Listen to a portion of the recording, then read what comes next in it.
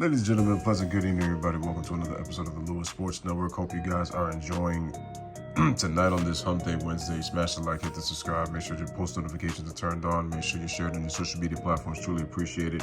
Hope everybody is enjoying the play-in tournament between the Bulls and Raptors, and then later on, it will be the Thunder and the Pelicans. Unfortunately, I got some stuff going on, so I'm not going to be able to do the game tonight, but I will be going live tomorrow for some baseball, and then I'll be going live on Saturday for, I don't know which playoff game am I going to do, but I'll try to figure that out. It's Friday, I'll be celebrating my cousin's birthday, but, you know, that being as it may. Peace and blessings to everybody, as always. Now, on to the video. So today is a historic day for infamous reasons, and today's April 12th, 2023. Well, today marks 10 years. It is the 10th anniversary for one of the game's greatest players by the name of Kobe Bryant, rest in peace. 10 years ago to the day, April 12, 2013, Lakers were on the push of making the playoffs after starting the season 17-25 through the first 42 games. They end up finishing the season 28-12, going the rest of the way to make the playoffs. But unfortunately, in game 78, Kobe was pushing hellified minutes with all the injuries and the turmoil that the 2013 Lakers had after acquiring Nash and Dwight Howard in the offseason. Mike D'Antoni becoming head coach after 5 games into the season. Mike Brown gets fired. They bring in Bergie Bickerstaff. The Lakers play pretty well when he was interim coach, and then they finally bring in Mike D'Antoni when it was rumored that Phil Jackson was supposed to come back. Some rumblings were saying that Kobe didn't want Phil back because he wanted to prove he could win without Phil. Dwight Howard was pretty excited about Phil because he knew how to use the big man. But anyway, be that as it may, Nash was injured. He was really never the same. You know, there were even some people saying Kobe really refusing to pass the ball, which is why Nash was not effective. But I said in this offense, it was going to be hard with the fact that you have 2 all-time great bigs in Dwight Howard and Pau Gasol. And Pau Gasol to become a stretch floor player and then try to have him come off the bench, and just a lot of stuff going on. But anyway, Kobe was playing out of his mind the last stretch of the season. He was playing unbelievable, carrying the Lakers. We get to game 78. Kobe's playing heavy minutes. We all know the drill. Was playing well. His body was starting to give out on him early parts of that second half, third quarter, fourth quarter.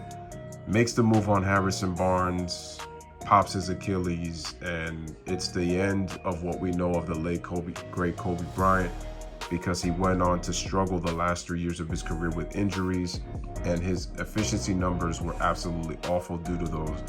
Starting with the torn Achilles, and then it led to the rotator cuff, which he had been playing for years, but it really got bad when he dunked the basketball in Atlanta, and it popped off from his shoulder, and then you have the ACL that he tore and missed 76 games the year prior.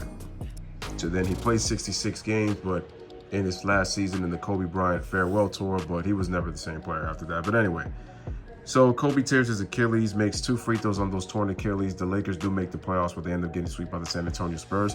I want to read a quote that Kobe put on his Facebook page the very next day, and I remember Kobe was crying post-game, even though the Lakers won the game, but he already knew that, you know, he started to doubt himself, and you kind of got the fear that Kobe's career might end. But with Kobe's work ethic, you got that glimmering hope that Kobe might come back stronger than ever. But you know, Achilles injuries, it's very difficult to come back from. And Dominique Wilkins honestly really set the blueprint when he tore his Achilles and came back and had a really great season. We saw what Kevin Durant did from his Achilles injury, got a full year to heal, and now Kevin Durant has been putting up some historic numbers in his return. You know, despite the fact that he's now aging and stuff like that. But anyway, getting back to the quote, here's what Kobe wrote on his Facebook page after tearing his Achilles, and, you know, it ended his season in game 78 with 4 games left to play. "This is such BS. All the training and sacrifice just flew out the window with one step that I've done millions of times. The frustration is unbearable. The anger is rage. Why the hell did this happen? Makes no damn sense. Now I'm supposed to come back from this and be the same player or better at 35? How in the world am I supposed to do that? I have no clue. Do I have the consistent will to overcome this thing? Maybe I should break out the rocking chair and reminisce on the career that was. Maybe this is how my book ends," which ended up being the case. "Maybe Father Time has defeated me. Then again, maybe not. It's 3:30 a.m. My foot feels like dead weight. My head is spinning from the pain meds, and I'm wide awake. Forgive my venting, but what's the purpose of social media if I won't bring it to you real, no image? Feels good to vent, let it out. To feel as if this is the worst thing ever. Because after all the venting, a real perspective sets in. There are far greater issue challenges in the world than a torn Achilles. Stop feeling sorry for yourself. Find the silver lining and get to work with the same belief, same drive, and same conviction as ever. One day, the beginning of a new career journey will commence. Today is not that day. If you see me in a fight with a bear, pray for the bear. I've always loved that quote.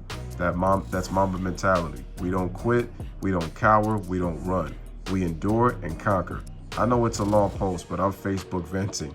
Maybe now I can actually get some sleep and be excited for surgery tomorrow. First step of a new challenge. Guess I will be Coach Vino the rest of the season. I have faith in my teammates. They will come through. Thank you for all your prayers and support. Much love always. Mamba out. And the funny thing about this is that was what Kobe was about. It was not about quitting and about calling it a career. He was trying to make sure that he could possibly get back on the court, and he did eventually get back on the court, but I felt like his training really wasn't the same, and I felt like there were times where Kobe overexerted his body to which is one part of the reason why he suffered the many injuries he did. Some of them were freak accidents, but I felt like he overpushed his body at times. But anyway, guys, Kobe ended up retiring, playing 20 seasons for the Lakers franchise, and you guys already know his accolades. I'm not even going to go through that, but just wanted to let you know, Kobe's post was April 13th. The injury happened on April 12th, 10 years. So, ladies and gentlemen, this is your boy, Louis, with another one. Let me know what you guys think in the comment section about this, man. Bless up, live, love. Thank you guys for watching.